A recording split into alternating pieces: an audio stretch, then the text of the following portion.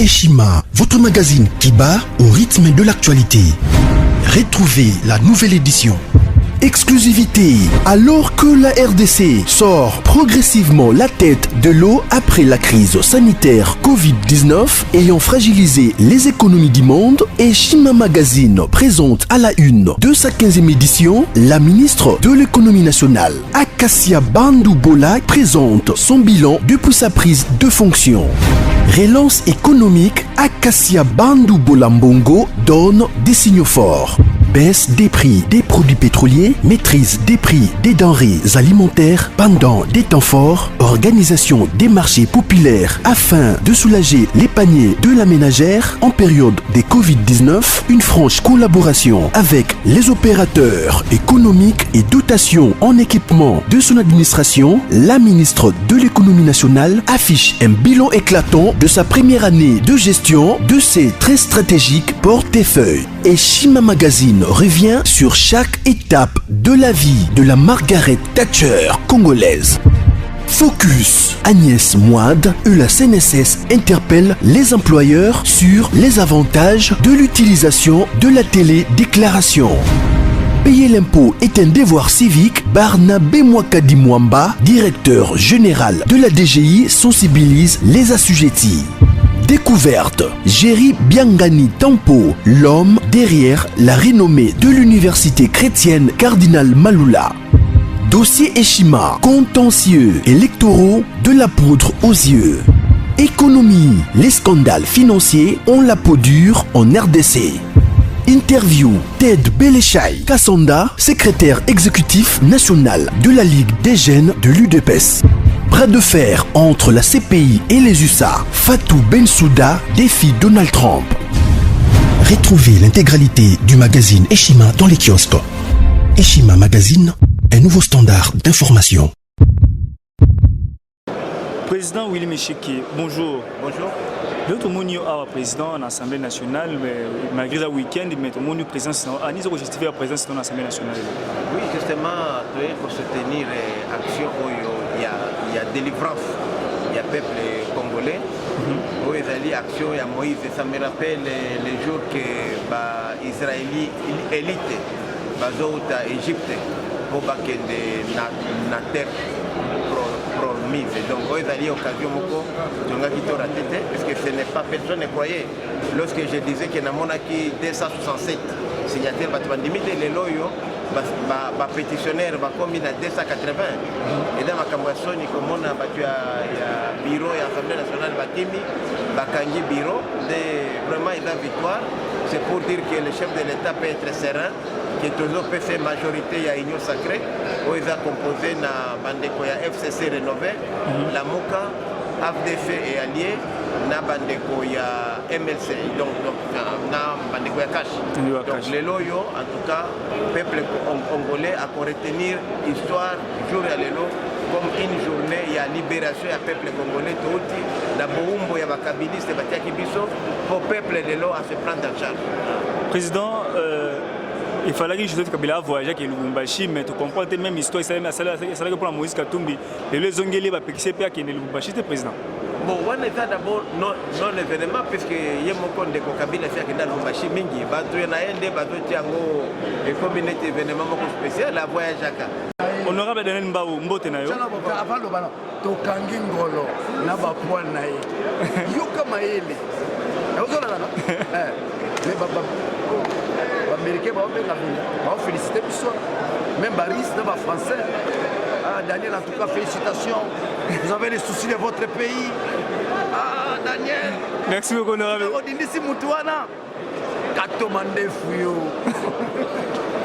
Honorable Mbote Nayo. Tout le monde est là à l'Assemblée nationale. Vous avez fait ça le plénière. Vous avez une pétition signée par plus de 251 signatures contre le bureau Union Oliba député durant 2 ans. Bureau où il y a démocratie, bureau où il y a état de droité, bureau où il y a une élégance institutionnelle. Pour y aller pour déposer pétition, il y a une démocratie sérieuse. Ceux qui vont déposer une pétition et qui au-delà des 51 signatures, l'autorité va mettre en cause, en principe, il faut démissionner. Et l'autre, c'est un bureau va démissionner avant pétition examinée. Et puis, te mettre en garde et te prendre le peuple en témoin. Conformément à l'article 31, linéa 6. Pétition examinée par les doyens d'âge. Et puis par 2 collègues les moins âgés. Ceux qui plaignaient, Moko Sami, pas Maman Mabunda, toute conférence des présidents, on a biso, Baimboka, des patriotes, des républicains, tout le lobby plénière, est nul et de nuls faits. C'est-à-dire que cette plénière est réputée n'avoir jamais existé. Plénière est valide, pour examiner ma cambo. Ils ont convoqué par le doyen d'âge. Et je crois que tu as une vers reconfiguration, tu dois établir de nouvelles bases. Parce que la République n'a pas de bases solides. Des bases des valeurs républicaines et des valeurs chrétiennes. Pour donner le meilleur au peuple congolais. Parce que les législatures, les législatures en jeu. Le peuple a critiqué Kibiso, a critiqué qui inertie Nabiso, Totelemi, au Pikidiki, pour te répondre à tant de sa peuple. Honorable. asambela mingi ya ome maona nenga bolingo mengai ba kompota lisusu lelo mkola suka. Ça veut dire lelo nous avons arraché les pouvoirs. Même si les plans mystiques on a résolu des problèmes. Honorable, merci non honorable. Tout le monde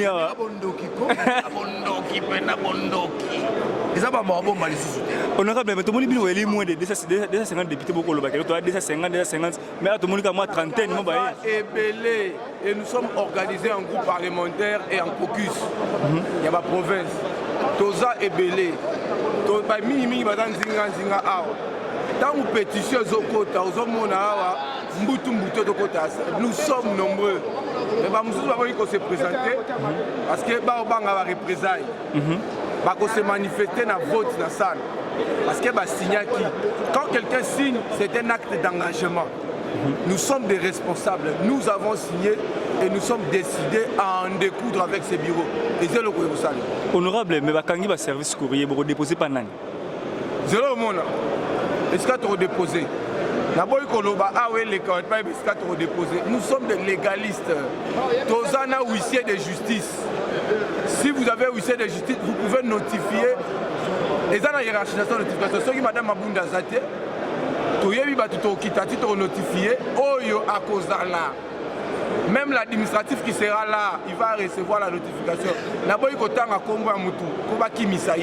Nous allons notifier. Et juridiquement, cette notification est valable. Déjà sur les réseaux sociaux, beaucoup de notification et qu'on a placardé. Vous serez mis au courant. Tout est respecté. Si c'était seulement nous-mêmes les députés, on aurait dû dire que vous avez déposé au mauvais endroit. N'est-ce pas, madame Nenga Kangi Babiro Nyonso, à Bengani administratif du Banda. Mais nous avons pris les précautions d'amener un huissier de justice assermenté. Et huissier qu'on signifiait à moi. Et Barosala atteint. Aujourd'hui, c'est le moment de la cristallisation des grands espoirs. Nous allons procéder au dépôt en mode de forme. Et puis sur le plan juridique, vous savez, conformément à l'article 31, c'est les doyens d'âge et les 2 collègues les moins âgés qui vont convoquer et présider la plénière au cours de laquelle nous statuerons sur le mérite de ces pétitions. Et la conséquence politique, elle est déjà connue parce qu'on est au-delà des 251 signatures. C'est un désaveu politique.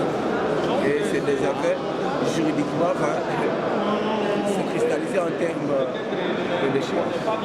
Pensez-vous que la présidente serait prête à convoquer une plénière pour parler de votre pétition? Parce que bientôt... Non, je l'ai dit. Ça ne dépend pas de la présidente de l'Assemblée nationale parce qu'elle est mise en cause. En pareille occurrence, elle ne peut être à la fois ni juge et partie au même moment. Elle est mise en cause et tout ça accorde en s'est compris. Et donc l'article 31 alinéa 6 dit que lorsque tous les membres du bureau sont mis individuellement en cause de manière globale, c'est le doyen d'âge et les députés, 2 députés les moins âgés qui convoquent et président la plénière, au cours de laquelle, n'est-ce pas, les élus vont statuer sur les mérites de la pétition ou des différentes pétitions qui sont initiées contre les membres du bureau. Voilà comment ça se passe en démocratie. Et le règlement intérieur a tout prévu. Si Madame Mabunda, par absurde, venait à saquer, à sabrer les dispositions pertinentes de l'article 31 en convoquant soit la conférence des présidents ou en convoquant une plénière au cours de laquelle elle-même se paiera les luxes de statuer sur le mérite de sa propre cause. Nous disons ceci, nous pétitionnaires, que cette plénière sera considérée comme une plénière irrégulière, partante inexistante. Et nous appelons déjà la population, parce que nous la prenons à témoin, à barrer toute initiative ou toute velléité allant dans le sens de pouvoir accompagner une dynamique qui violerait notre règlement intérieur et qui, à mon avis, s'inscrirait dans une forme de rébellion contre la loi. Vous n'êtes pas aussi à 250 ou plus de 250 comme vous l'avez annoncé? Si on est là, il y a des amis qui sont restés, chaque état-major est en train d'organiser sa troupe. Ici, si vous remarquez, pour l'essentiel, ce sont les élus du MLC et d'ensemble et quelques-uns de l'IDPS et du FCC. Mais nous sommes organisés en caucus, nous sommes organisés en groupe politique et prenez votre mal à patience, je crois que dans les heures qui viennent, ils vont assaillir le hall du Palais du Peuple. Vous avez une nouvelle nomination dans le parti, président de la Commission des droits de l'homme. Qu'est-ce que vous pouvez dire à propos? Non, mais comme secrétaire national en charge des questions juridiques et droits humains, je peux que remercier les bons dieux. La seule chose que je pourrais dire, c'est réitérer mes remerciements à celui qui a renouvelé sa confiance en ma personne, le président national et l'équipe dirigeante du mouvement de libération du Congo. Et après, je dirais que le plus essentiel, dans le cas d'espèce, que l'onction de Dieu puisse couler sur mon front pour me permettre à exercer avec maestria les charges de mes responsabilités. Merci, honorable. Merci beaucoup. Je vous remercie. Je te changerai et ne quitteront pas parce que ce sont des gens qui servent Dieu. Amen. Parce que nous servons Dieu, la majorité change de cas aujourd'hui, à partir d'aujourd'hui. Et les administratifs qui servent Dieu, amen, ils doivent rester. Parce qu'ici, désormais, nous mettons en avant les valeurs chrétiennes. Amen. Fini le régime de prédation. Fini le régime de prédation. La Bible déclare qu'une génération passe, une autre lui succède. C'est clair. Jésus-Christ gagne tout. Mais les nombres ne correspondent pas quand même à ce qui a été annoncé dans les médias. Vous avez parlé de 250, alors qu'ici on ne prend pas le nombre là avec la présence physique. Non, il ne s'agit pas seulement de la présence physique. D'abord, ce qui compte, c'est la pétition. Ça, c'est seulement la représentation, n'est-ce pas, des 260. D'ailleurs, on serait déjà arrivé à 300, ça je dis. J'étais au four et au moulin. J'étais au four et au moulin dans cette affaire. Donc, on serait déjà arrivé à 300. C'est l'âme congolaise qui a compris que non, il faut faire quelque chose. Le Congo est dans un fond sans fond, on ne doit pas continuer comme ça. C'est aussi la démonstration, n'est-ce pas, de l'intelligence. Notre botte va au pouvoir sans les bêta, sans maquiller. Honorable Nalingala, honorable. Honorable Mbote. Mumba Philippe. Honorable Nalingala. Honorable Mbote. Mbote honorable. Tout le monde est député à l'opposition pour signer une pétition pour le Mabunda, mais tout le monde a un nombre par rapport à des systèmes. Ils ont les cambouillamités mayabato. Nous avons dans le côté français la réappropriation de la nation. Bakolombo kabaye kozamboka na bango. Yoko pekisa bango yonani. Le Congo est resté longtemps dans les sombreros. Oeza bitumba ya molili na mwinda. Biso toza mwinda bango baza molili. 18 ans dira ba diriger mboka to ki basi na bango. On les attendait au tournant. Tozi bango na courbis. Ça c'est bête. Nous avons usé de l'intelligence. Tshisekedi wa Mulumba ne cessez jamais de les répéter. Un jour, le pouvoir sera dans la rue. Vous devez être à mesure, vous devez être intelligent de récupérer ce pouvoir. Yango, le pouvoir est dans la balabala. Tous te récupérer. Dès que tu récupères, c'est pour nos enfants, en fait, la démarche, au Congo, nous ne parlons pas du développement, nous ne parlons pas du social, nous ne parlons pas du bien-être du peuple congolais, mais nous parlons, n'est-ce pas, de sortir le Congo du gouffre. Ce que Bimina gouffre, c'est à ce moment-là on peut penser développement, on peut penser social, on peut penser économie. On se le dit, dans ces pays on ne parle pas économie. C'est le nouveau paradigme que Daniel entend monter, l'économie. Les gens ne parlent que politique. Napofinga, Benjire, Kosor. Nous devons arriver à créer un nouveau paradigme. Ça, c'est pratiquement un nouveau paradigme. Et ce paradigme qui va sortir le Congo du gouffre pourra nous aider à ce moment, nous puissions réfléchir économie, développement social, sécurité, la paix, qu'on sort. Aucun concept ne peut aller de l'avant du moment où le Congo est dans le gouffre. Commençons par sortir le Congo du gouffre et nous allons parler ou projeter d'autres concepts. Donc, tout ce que vous pouvez retenir, vous journalistes, vous salamalelo, bakolomboka, bayoko zwamboka na bango, yoko pekisa bango, yonani. Merci beaucoup. Merci honorable. J'allais ajouter l'élément. Oui, vas-y. FCC, Bazala Pila. Bazala Pila, Pila Makasi. Tous en a souci, moi, Bimisa Mboka et Sikezali. Ce qui est au Bimisa Mboka et Sikezali, nous avons la qui va positionner. Mais maintenant, là, si on doit se positionner, où est le Congo? Le Congo n'existe pas. Le Congo n'est plus nation. Nous sommes un État autorité morale. Vous me saisissez? C'est que j'ai appelé à son temps les bicéphalismes. S'il faut définir pour nos enfants qui sont encore à l'école, à l'université, les bicéphalismes veut dire des têtes dominantes au sommet de l'État. Au sommet de l'État, on a seulement besoin d'une seule tête dominante. Lorsqu'il y a des têtes dominantes au sommet de l'État, qu'est-ce qui intervient? Ce qui intervient, on appelle ça en bon français liquéfaction. Liquéfaction veut dire la disparition, n'est-ce pas, du pays. Parce que simplement, il y a des têtes dominantes au sommet de l'État. Nous avons besoin seulement d'une seule tête dominante pour mettre fin au bicéphalisme. Parce que quand il y a bicéphalisme, à côté du bicéphalisme, il y a la liquéfaction. La liquéfaction veut simplement dire la disparition, n'est-ce pas, de tout un État au profit d'un groupe d'individus ou d'un individu qu'ils appellent habituellement China Rambo. Nambogo Rambo Rosala, Rambo Zabiso Peuple. Rambo Zabiso Daniel Saf. Il paraît à Pékissé au Kenny Lubaché. Bon, on est allé là, on est aux autres à la peuple congolais. Voilà, on a au Kabila, Félix, c'est allé là, pour on a Congo. Posez-moi des questions sur le Congo, papa. On a des questions d'individus. Bakokufa, babela malade. Non, comme on est coroné, il y a des gens qui bakokufa na corona na mboko. Pour la mabeba sali. Corona pendant des yeux à couper. Tu comprends? Et ceux qui vont résister devant cette action, ils auront la colère de Fumukimba. Ils auront la colère de Mbumba Philippe. Ils habitent Tumba ya Boutou. Biso na Boutou sur Longi Bango. Bango na moi bako lia, bako tamo na bajip. Mais na Boutou na fini. Et puis bazaki na ba musika te. Dans tout côté là, on va na mayanjilia. Je suis bon de Bimiso ici 260 signatures. C'est la nouvelle majorité parlementaire Autopesi Fachi. Hein? Alors on va Fachi Beto, on va Fachi Mabele. Tout le monde a su qu'on lui a Merci beaucoup, honorable.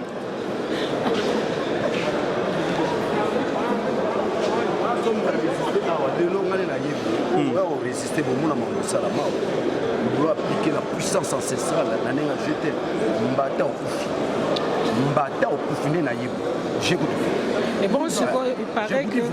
La Yébena Mobimba, les Mobali Ayaka, de la Yéba. Le service courrier n'y a pas paré Bakangi, bon ça, on a déposé pétition. Ce qu'on tenait à Motuna Bakangi, le service courrier, c'est ça, il faut faire la part des choses entre l'intérêt personnel et l'État et la nation. Vous en avez et ça l'État, dans le service courrier, ça veut dire que l'État n'existe. Vous voulez encore davantage paralyser les structures, n'est-ce pas, de l'État. Vous en avez un service courrier. Ils ont tombé sa dictature. Il y a Mobutu, il y a Laurent Désiré Kabila, tombé sa service courrier. Et que tout Canada, Bissimi Baboukia, les lots. Donc l'affaire du Congo aujourd'hui, c'est aussi l'implication et l'application des esprits supérieurs. On a tous la solution. Alors il faut faire attention à mon à la martyre pour la Congo. Je profite aussi de présenter ma condoléance à la famille Lola Kisamba.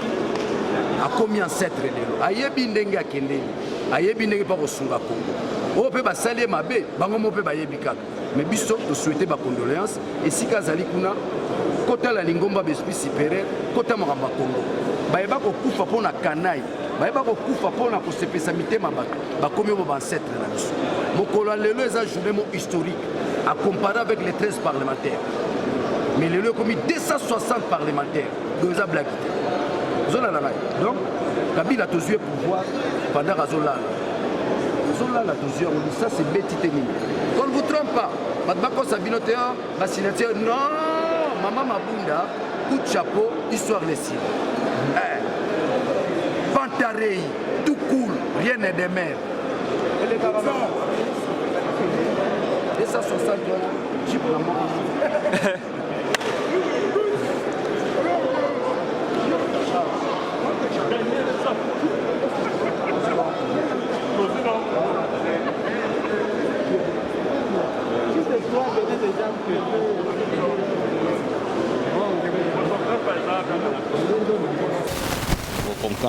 Nous sommes venus déposer la pétition contre le bureau de l'Assemblée nationale. Le bureau de l'Assemblée nationale qui ne nous a pas satisfait au cours de ces 2 ans que nous venons d'effectuer avec ce bureau. Il y a une mégestion au niveau financier, organisation des plénières, il y a vraiment une gestion opaque et chaotique. C'est comme ça que nous avons l'intention de les faire partir. Et nous venons déposer aujourd'hui la pétition pour que demain nous puissions installer un bureau capable, un bureau responsable. Honorable Killer, bonjour. Bonjour. Honorable, demandez nous les lois à l'Assemblée nationale, les lois pénales réalité, mais vous avez belé quoi vous salani. Merci pour notre tour. Makanisi bino ba média Holandaki Masolo à travers les médias au niveau de l'Assemblée nationale, Mamoulou, le Kotaki, vraiment réclamation, Mamoulou en des amourotés, des applications Libeko, tous en amour dans l'Assemblée, donc un règlement intérieur. Pour accompagner Moninga Nabiso, initiateur, il y a pétition. Il y a pétition contre le bureau. Donc pour accompagner pour déposer le bureau. Disons pétition il y a pétition contre le bureau. Du fait que le bureau Nabiso, c'est ça qui rapport financier dans le temps où Sengeli pour ça là. Rapport financier. Donc il y a gestion, rapport à gestion, il y a institution parlement. Le fait que Makamboana est qualité, raison pour laquelle Moninga Nabiso, collègue Nabiso, a joué initiative, il y a pour ça la pétition a essayé de réunir déjà plus de 125, plus de 250 signatures. Raison pour laquelle il faut accompagner, mais malheureusement, au Mawa, le bureau non sur les arbres, pour éviter ce qui les agents fériés. Mais pourquoi le bureau est honorable pour ça la n'engagez pour déposer pétition? Pour ça la main soko tia maboko na administration il y a parlé du peuple avec la secrétaire général délégation d'Abiso collègue comme Abiso baquet pour cahier sur basui la ici bakoya naie pour remettre ce qui était donc makambo match sinité lundi za mokolo mardi za mokolo mais tous qui mobilisé pour déposer les et puis pour information ils sont tous contre Mabunda mais tous contre le système et la gestion. Donc ils ont fait le système contre le bureau. Donc il fallait que le bureau et le bateau que le bureau est ensemble et nous sommes gérer institution parlement. Alors du fait que le bureau est qui nous a tout fustigé dysfonctionnement. Parce que nous devons être exemplaires. Nous sommes des Tovotaka Banois. Nous sommes des Tosalaka contrôle. Ceux qui vont nous Banois Tovotaka appliqués. Alors, pour bandit, contrôle la partie de la mission. La charité bien ordonnée commence par soi-même. Donc, pour bandit, contrôle la partie de la mission. Après, parlement, d'être au bandit, tout comme institution gouvernementale. Merci beaucoup pour nous. Affaire à primo ministériel. Est-ce qu'on a un régime à primo ministériel en Boka Nabiso? Le régime primo ministériel, débat au académique. Les alliés, régime autokutaka na mboka lokola Allemagne, lokola Israël, lokola Inde.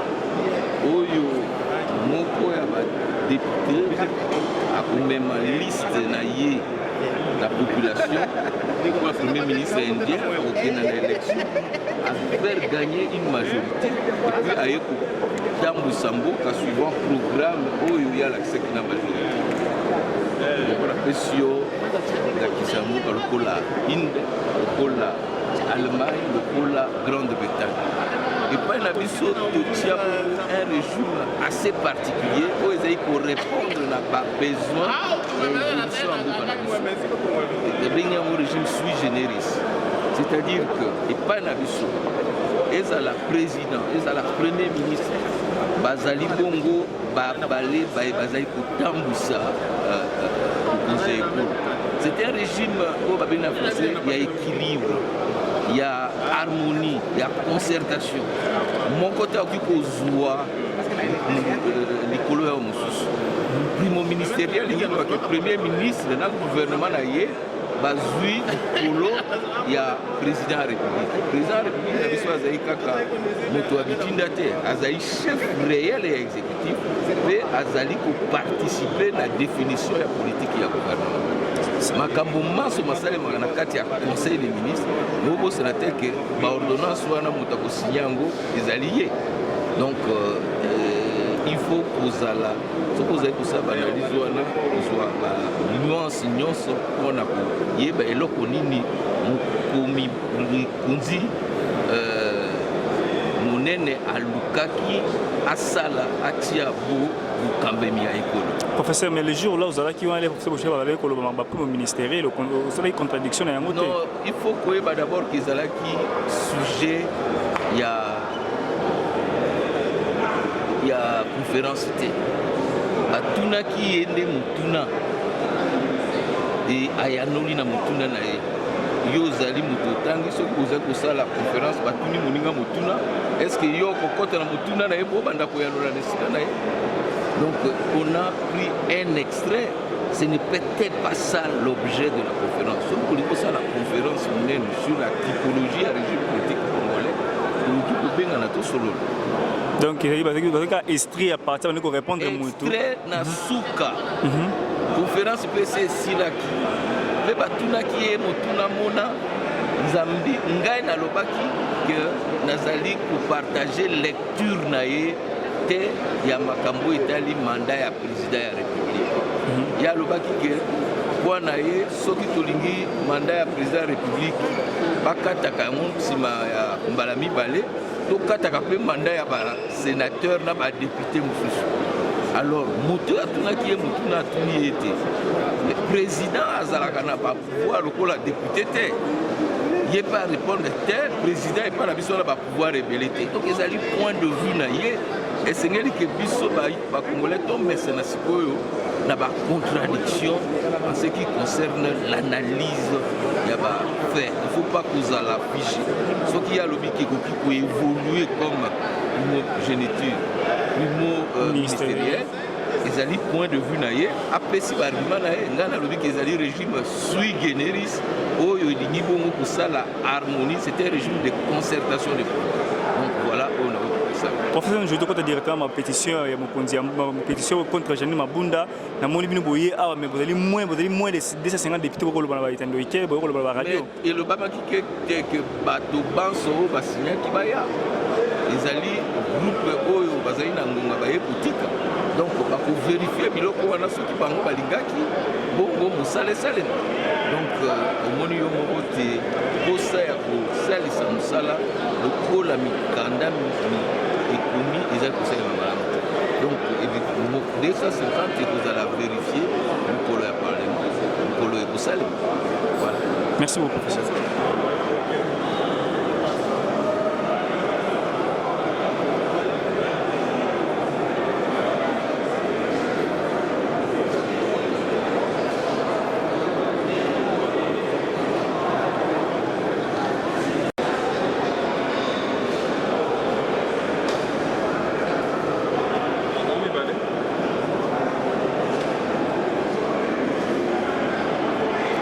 Plein d'ensemble va détenir avant du monde.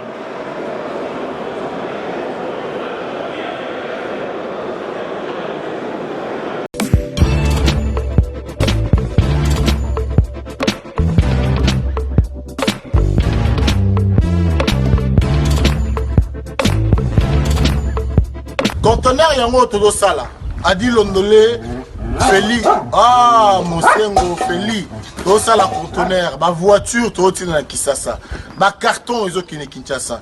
Et en plus, la bonne chose, voiture na yo, quand on a Kisasa, te prends pas la tête. Il y a la bisson, charger bilo qu'on a yo, te relivrer à domicile, sans un bon au teki, c'est parti.